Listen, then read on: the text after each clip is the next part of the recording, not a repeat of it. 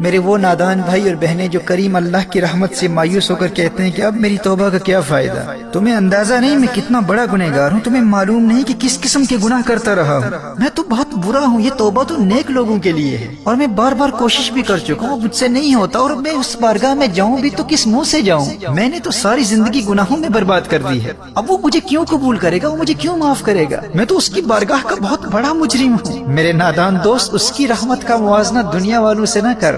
عدل کا تقاضا تو یہ ہے نا کہ اگر تیرے گناہوں کے پلڑے پر 20 سال کے گناہ تھے تو اب نیکیوں کے پلڑے کو برابر کرنے کے لیے تو 20 سال نیکیاں کرتا۔ گناہ تیرے 20 سال کے ہیں، اب تجھے 20 سال مزید گناہوں سے بچتے ہوئے 20 سال نیکیاں کرنے کی ضرورت نہیں ہے۔ تو بس ایک لمحے میں سچے دل سے توبہ کر کے اس عمل کو نیکیوں کے پلڑے پر رکھ کر دیکھ، تیرا کریم رب تیری ایک لمحہ کی توبہ کے ذریعے تیرے ترازو پر گناہوں کے پلڑے سے 20 سال کے گناہوں کو غائب کر دے گا۔ تو نے 40 سال گناہ کیے، اب ان گناہوں کو مٹانے کے لیے 40 سال نیکیوں کی ضرورت نہیں۔ تیرا کریم اللہ ایک لمحے کی توبہ سے 40 سال کے گناہوں کو تیرے نامہ اعمال سے مٹا دے گا، اور ایسا مٹائے گا کہ نبی کریم صلی اللہ تعالی علیہ وآلہ وسلم نے ارشاد فرمایا، جب بندہ توبہ کرتا ہے تو اللہ تعالیٰ اس کی توبہ قبول کرتا ہے، اور جن محافظ فرشتوں نے اس کے گناہ لکھے ہوتے ہیں اللہ انہیں اس کے تمام گناہ بھلا دیتا ہے، فرشتے سارے گناہ بھول جاتے ہیں، اور زمین کے جس مقام پر اور آسمان کے نیچے جس جگہ اس نے وہ گناہ کیے تھے اللہ اس جگہ کو بھی اس کے گناہ بھلا دیتا ہے، تاکہ یہ بندہ قیامت میں اس طرح آئے کہ مخلوق میں اس کے خلاف ایک بھی گواہ نہ ہو۔ اور سنن ابن ماجہ کی حدیث ہے، میرے آقا صلی اللہ علیہ وآلہ وسلم نے ارشاد فرمایا، التائب من الذنب کمن لا ذنب لہ، گناہوں سے توبہ کرنے والا ایسا ہے جیسے اس نے کبھی کوئی گناہ کیا ہی نہ ہو۔ سچے دل سے توبہ کرنے والے کو اللہ ایسے پاک کر دیتا ہے، اس شخص کی طرح بنا دیتا ہے جس کا کوئی گناہ ہی نہیں۔ اور حدیث شریف میں ہے کہ اللہ جل وعلا کو گنہگار توبہ کرنے والے بندے سے زیادہ کسی کی آواز محبوب نہیں۔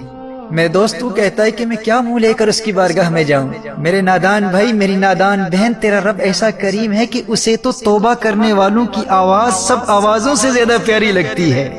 اور پیار اتنا کرتا ہے کہ نہ صرف ایک لمحے کی گئی توبہ سے 40 سال کے گناہوں کو گناہوں کے پلڑے سے غائب کر دیتا ہے، بلکہ ان 40 سال کے گناہوں کو نیکیوں میں بدل کر نیکیوں کے پلڑے پر رکھ دیتا ہے۔ قرآن کریم میں ارشاد فرمایا، فَأُولَئِكَ يُبَدِّلُ اللَّهُ سَيِّئَاتِهِمْ حَسَنَاتٍ،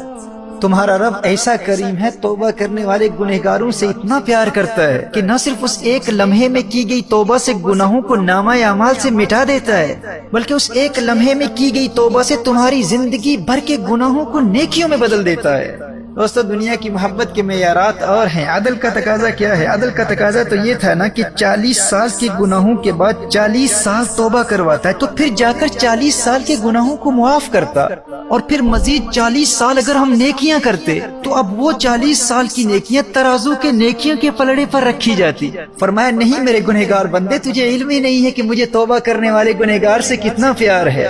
تو نے 40 سال مجھے ناراض کیا، 40 سال میری نافرمانی کرتا رہا، 40 سال گناہ کرتا رہا، اب بس ایک لمحے میں توبہ کر لے، میں تجھ سے اتنا پیار کرتا ہوں، اب نہ صرف وہ 40 سال کے گناہوں کے پلڑے سے غائب کر دوں گا، بلکہ انہی 40 سال کے گناہوں کو اٹھا کر نیکیوں کے پلڑے پر رکھ دوں گا۔ میرے دوستو، توبہ سے دور نہ بھاگنا، سچی توبہ سے پیار کر لو۔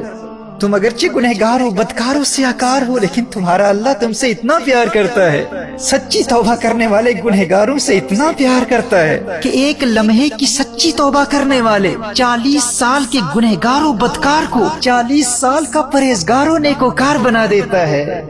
فرمایا، یا ایھا الانسان ما غرک بربک الکریم،